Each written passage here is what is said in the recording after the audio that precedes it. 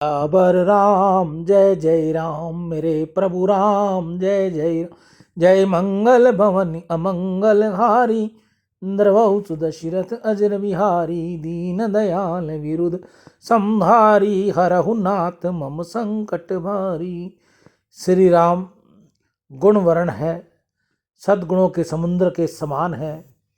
श्री राम का एक एक गुण दिव्य है, अनन्य है। श्री राम का एक अनुपम गुण है उदारता। श्री राम अति उदार हैं। राम जी के समान कोई उदार हुआ नहीं, होगा भी नहीं। जगत में जीव तो क्या, स्वर्ग के देवता भी किसी को देते हैं तो अपने लिए कुछ रख लेते हैं। श्री रामचंद्र जी जिनको देते हैं उसमें ऐसा विचार नहीं करते हैं कि मैं बहुत दूंगा तो मेरे पास क्या रहेगा। रामायण में वर्णन आता है कि श्री राम रावण को अयोध्या का राज देने को तैयार हो गए थे। लंका में रावण के विभीषण का बहुत अपमान किया।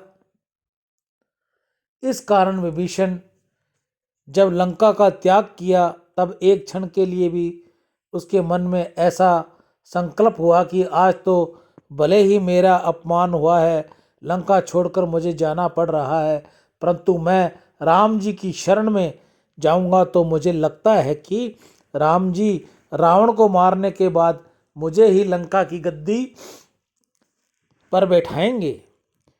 श्री राम अति उदार हैं, इसलिए जब मैं लंका में वापस आऊँगा तो राजा बनकर आऊँगा। विभीषण राम जी की शरण में गए। श्री राम जी तो अनंत अंतर्यामी हैं। प्रभु विभीषण के अंतर की इच्छा जान गए। उन्होंने लक्ष्मण जी को आज्ञा दी कि समुद्र का जल मंगवाओ। वहीं समुद्र के किनारे उन्होंने विभीषण का राजा अभिषेक कर दिया। सुग्रीव को यह सब सहन नहीं हुआ। सुग्रीव ने पीछे राम जी को उल्हाना दिया कि महाराज, आपका स्वभाव बहुत जल्दबाजी का है, जल्दबाजी काम बिगाड़ती है। मैं आपका सेवक हूँ, परंतु मैं सेनापति भी हूँ। युद्ध के समय रावण स्वतंत्र नहीं होता। युद्ध के समय राजा सेनापति के अधीन रहे, राजनीति ऐसा कहती है। मैं जो हूँ वही किया जाना चाहिए। आप इस तरह बहुत जल्दबाजी करोगे तो काम बिगड़ जाएगा। अभी तो आपको समुद्र के ऊपर सेतु बनाना है, लंका में जाकर रावण के संग युद्ध करना है। रावण कोई साधारण लड़वैया नहीं है, महान वीर है। इतनी जल्दी करने की क्या जरूरत है। आप तो विभीषण शरण में आया और आज यह आपने उसे लंका का राज्य का अभिषेक कर दिया, यह ठीक नहीं है। प्रभु ने मंद हास्य किया और सुग्रीव से कहा, भाई अब तो जो हो गया सो हो गया। भले ही मैं जल्दबाज हूँ, परंतु विभीषण की लंका का राज्य दे दिया सो दे दिया। अब तो उसमें फेरफार संभव नहीं है। सुग्रीव ने कहा, महाराज आप बड़ी भूल हुई है। आज तो विभीषण शरण में आया है और आपने उसे लंका का राज दे दिया। संभव कदाचित 2-4 दिन पीछे रावण की बुद्धि सुधरे और वह आपकी शरण में आवे तो सीता जी को समर्पण करे तो क्या करोगे। लंका का राज तो आपने विभीषण को दे चुके हो। अब रावण शरण में आए तो कल आप रावण को क्या दोगे। आपके पास क्या है। क्या विभीषण को गद्दी से उतारोगे।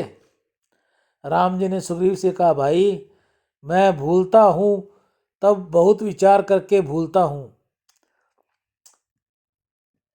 रामो दृढ़ाभिर्भ, राम एक वचनी है, एक ही वचन बोलता है तो विचार कर बोलता है। अभी अयोध्या की गद्दी खाली पड़ी है। पिताजी द्वारा यह गद्दी भरत को दी, परंतु मेरा भाई भरत इस पर बैठा नहीं है। मेरी पादुका उस पर समर्पित कर रखी है। भरत मेरे कहे में है, मैं उसको समझाऊंगा।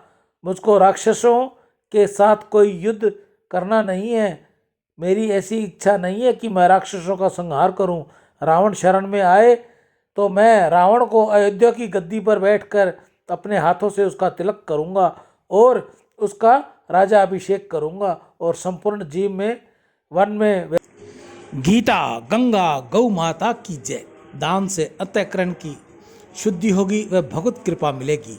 आज के दानदाताओं में नितिन शिंदे पुणे महाराष्ट्र से, बाबूलाल मुलानी LIC हनुमानगढ़ टाउन से, नग नारायण पांडे बिहार से, सूबेदार मेजर दामोदर जी शर्मा खान गट्टा पीपाड़ा जोधपुर से, गिरधारी लाल अपने माता पिता स्वर्गीय श्री सुरजी देवी व स्वर्गीय श्री अमरचंद जी पवार पाली की याद में आज गौ सेवा। सुमित अरोड़ा परिवार राजौरी गार्डन, इनकी भी गौ सेवा 2-3 दिनों से लगातार चल रही है। सिद्धार्थ जैन बंधु सपुत्र श्री अनिल जैन बंधु दिल्ली से गौ सेवा।